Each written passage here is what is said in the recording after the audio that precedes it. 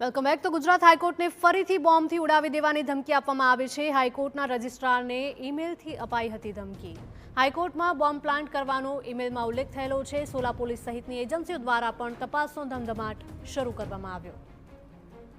તો અવારનવાર હાઈકોર્ટને બોમ્બથી ઉડાવી દેવાની ધમકીઓ આપવામાં આવતી હોય છે, તેવામાં ફરી એક વખત ધમકી મળી છે। હાઈકોર્ટના રજિસ્ટ્રારને ઈમેલ દ્વારા આ ધમકી આપવામાં આવી હતી। હાઈકોર્ટમાં બોમ્બ પ્લાન્ટ કરાયાનો ઈમેલમાં ઉલ્લેખ કરવામાં આવ્યો છે। સોલા પોલીસ સહિતની એજન્સીઓ દ્વારા તપાસનો ધમધમાટ શરૂ કરવામાં આવ્યો છે। તો હાઈકોર્ટમાં હાજર વકીલ, જજ અને તમામ લોકોને સતર્ક રહેવા પણ અપીલ કરાઈ છે। સંવાદદાતા મિહિર જોડાયા છે ફોન લાઈન પર વધુ અપડેટ સાથે। મિહિર, જણાવશો કે ફરી એક વખત હાઈકોર્ટમાં બોમ્બ હોવાની ધમકી આપવામાં આવી છે, શું વધારે અપડેટ?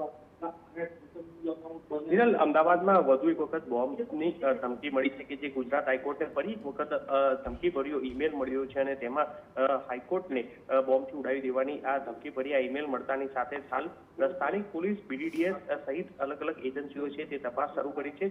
હાલ બીડીડીએસ અને ડોગ સ્ક્વોડ દ્વારા તપાસ કરતા કોઈ પણ વાધાજનક વસ્તુ છે તે નથી મળી આવી, પરંતુ અવારનવાર આ જ રીતના હાઈકોર્ટને ગુજરાત હાઈકોર્ટને જે ધમકીભર્યો ઈમેલ મળતાની સાથે પોલીસ પણ એટલું એલર્ટ છે તે થઈ જતું હોય છે અને હાલ હાઈકોર્ટમાં તમામ જે પરિષદ છે ત્યાં આગળ તપાસ કરવામાં આવી છે। કોઈ પણ વાંધાજનક વસ્તુ નથી મળી આવી। હાલ સોલા પોલીસ સહિતની એજન્સીઓ છે તે પણ હાલ તપાસ જે છે હાથ ધરી રહ્યા છે અને ગુનો નોંધવાની પણ તજવીજ છે જે કરવામાં આવી રહ્યું છે, કારણ કે આ ઈમેલ છે તે ક્યાંથી કરવામાં આવ્યું છે તેને લઈને તપાસ હાથ ધરાઈ રહી છે।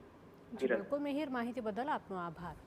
તો ગુજરાત હાઈકોર્ટને ફરીથી બોમ્બથી ઉડાવી દેવાની ધમકી ભર્યો ઈમેલ મળ્યો છે। હાઈકોર્ટના રજિસ્ટ્રારને ઈમેલ દ્વારા આ ધમકી આપવામાં આવી હતી અને તેને લઈને જ બોમ્બ પ્લાન્ટ કરાયાનો ઈમેલમાં ઉલ્લેખ કરવામાં આવ્યો છે।